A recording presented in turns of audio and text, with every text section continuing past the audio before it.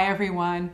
I am checking in with all of you from Copenhagen, Denmark. It's early afternoon. We're getting ready to go out on another excursion, but I thought it would be a good time to talk about a couple of things since we've been here. And the water was in the way. Yeah.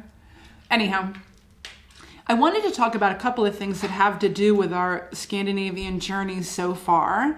We began our trip in Oslo and we were spending a little bit of money in Norwegian kroner, which I think has like a 9.5 kroner per US dollar exchange rate. Like 8.8 or something. 8.8, depending upon the day. And then we went to Sweden, to Gothenburg, and the exchange was like 8.5-ish in Swedish krona. And now we're in Denmark, and the exchange is like 6.5 kroner. So it's been interesting navigating three systems of money. As an American, it's interesting too, because yes, you can pay for things with cash, with kroner, or krona, yeah. But it's convenient also to use credit cards. But because we are not sort of sophisticated enough yet in the States, yes, we now finally have chip cards, sort of, and chip card readers, which they've been doing in Europe for a very long time. You can't really have a PIN yet here. Correct me if I'm wrong, but banks in the States are not really offering official PIN numbers. So you can still put your chip card in a credit card processing machine here, but they would really prefer a PIN. So it feels like a little silly that we still have to sign to buy things. I find it way less efficient. It's definitely not as secure, but that's just sort of my take on it. Having traveled to Europe for, over a decade or so now. Anyway, I digress. The point is that we've been navigating three systems of money, and now here we are in Denmark. A couple of things are interesting. So, for example, Norway was very expensive in terms of going out to eat and then also going to the grocery store.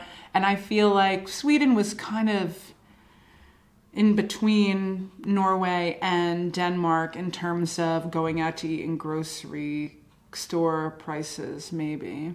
Denmark groceries seem a little bit more in line with what you might pay for things in America. Other than Starbucks. Yes, I like Starbucks. This venti 2-pump mocha latte this morning was like $9 American dollars. So yeah, I'm not really drinking Starbucks all that much while we're here. Not that I don't support little tiny independent coffee shops. And I'm all about capitalism, but I do still like Starbucks. So we started filming the other day, walking down a pedestrian area called the Strøget, and I went on at great length about, the pronunciation of consonants in the Danish language. A lot of them are silent. So Strøget is S-T-R, I think with a line through it, G-E-T, but it's Strøget. It's a pedestrian area. We walked down. It was pretty chilly that day, and I don't know why. We were in the Arctic, and I felt fairly comfy, temperature-wise, but whatever. It could be a shift in the weather, but here, between the wind, and I'm not sure what else, it could be 35 degrees out, which is fine, 35 degrees Fahrenheit, but it feels like 20. So we didn't film the other day, which is too bad, because we ended up finding an organic hot dog stand. Hot dogs are very big in Copenhagen, probably in Sweden too. Somehow we missed getting a hot dog in Sweden. I don't know why. But we had herring. We had other great food. But that's another whole video, because I have to talk about the food that we've been eating so far. Especially in Sweden, I thought it was kind of amazing. Anyhow, the hot dogs in Denmark, there was a little hot dog stand on the side of the road. Everything is organic, and the hot dog comes on a wheat bun with remoulade, something like that. Mustard, ketchup. I didn't get the ketchup. I'm too much of a New Yorker. Mustard, ketchup, caramelized onion, I think regular minced onion, and pickles. They were kind of a tiny bit sweet. Not quite bread and butter, but it was good. It was really, really freaking good. Amazing. We finished strolling down Strøget, and we ended up crossing over by not the Opera House, another building, like another performing arts kind of center, and ended up going to the area called Nyhavn. And to me, it looked like traditional, sort of stereotypical area on the water with the beautiful, brightly painted buildings, lots of boats, a little tiny seaport, which I'm sure was really a huge seaport, but it was so cold that we strolled into a little cafe to have a bite to eat, a cold beer, and I think that we ended up having cauliflower soup, 3 half pints of beer, and a burger. Carlsberg beer. I had Czech beer because I like that kind of a Pilsner ale. But the Carlsberg beer, I think, is like 4 kilometers from where we're staying. So Carlsberg is like right here in Copenhagen. And it was good beer. Yeah? Yeah. So it was amazing. It was still magical. You know, it was windy and cold, but just a beautiful place to be. And I think our shared burger, 3 half pints, and a small bowl of soup was like $70. 70 American dollars. It sort of is just the way that it is here, you know. They have a whole different system for doing things, and you know, paying a lot for food is one of those things. But we can talk about that at another time, because they tax like a lot of money on other things that Americans would be completely freaked out over. But I don't feel like being political this morning. I'll stop talking about that. So, you know, we've been navigating buses and trains and planes, and everything's been great. But, you know, we've been using Uber a lot, and Uber has been amazing here. It doesn't matter where you're standing, other than Tromsø, because they don't have Uber way up in the Arctic Circle that I'm aware of. But really, wherever you're standing, you can call for an Uber and they find you and you tell them the destination and then you're there. It's magical. Cheaper than taxis. We've had many great conversations with really well-educated, lovely Uber drivers. It's been fantastic. And it's just an inside sort of track into their perception of whichever culture we have happened to be in at the time. So the guys in Norway were really talkative and lovely and really pretty well educated. And I felt that way in Sweden and for sure even here in Denmark. Just great conversations with really great guys. So all kinds of Uber. Tomorrow we take the train. The train station's right, I'm looking at it right now. It's right outside of our window. We're staying in an amazing Airbnb here. And yeah, so we're taking the train tomorrow from Copenhagen to Hamburg, Germany, which of course I think it'll be really nice to get back into the Euro exchange system so I can keep track of, you know, feeling like I'm sort of kind of close to an American dollar.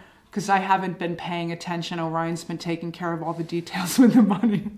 And so I have no concept, like I'm not dividing, you know, the krona into the dollar at a cost of anything to figure it out. It's like, oh, 900 kroner, okay, fine. I think that might be not that expensive, or maybe it's like really effing expensive. I have no idea. So, yeah. But it'll be nice to get back into the Euro system, which I'm really much more familiar with. And, yeah, and then we're going to Hamburg, you know, sort of a little bit of the land of my people. Not to say that I have not had many past lives as a Viking, at least one or two, I'm pretty sure. And the other thing is that we were in the grocery store the other day, and I had this like flashback from another life where I clearly was in Denmark, because everything on every package, I could totally read it, you know? And I don't know why that happened, but it totally happened. No lie, right? Yeah. You were there. It happened for like a minute or two. I was like, that's apple, that's strawberry, that's mincemeat, whatever the heck. I was looking at everything, and like for a brief moment, I totally could read Danish, and it went away. Sort of like the brief moment in time I thought I could be a professional golfer. It lasted like 2 minutes and then it was gone. So yeah. So now I'm sticking to like occasionally watching like American television programs on Danish TV. Not a lot, because it's sort of a waste of time. Not that there's anything wrong with the Kardashians. So I think that's it for now. We're going to go outside. The weather's not that bad. It rained all day yesterday, but it's kind of like a little gray and a little chilly, but not too bad. And I think we're heading up to see the Little Mermaid and the star-shaped castle, the Castellet. I'm not quite sure what year it was built, but when we get up there, we'll be filming, and then we'll be able to talk about it a little more intelligently. I love Copenhagen. It's kind of really incredibly cosmopolitan. To me, it feels a little bit like New York City. The vibe here is awesome. And yeah, like, you know, we ran into a Polish girl yesterday and she thought we were Danish and started asking us questions when we finally had to admit that we were not Danish, but American. And but we had a great conversation with her. People here are incredibly friendly. This whole trip, wouldn't you say, everybody's been incredibly friendly? Yeah. I don't know. I'm in love with Scandinavia. What else can I say? So, really, really in love.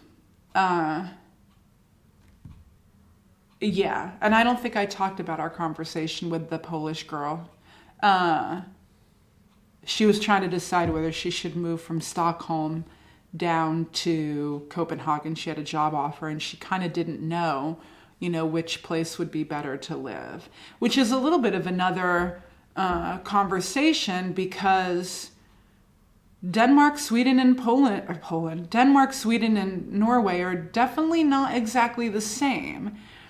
The people are all, like, in my opinion, equally as friendly and helpful and gracious and really quite lovely, but they're not the same, which obviously, why would they be? California is not the same as a New Yorker, so, or an Ohioan or a Pennsylvanian or a Texan. We're all different, and it's amazing. I love it. I love it. I love it.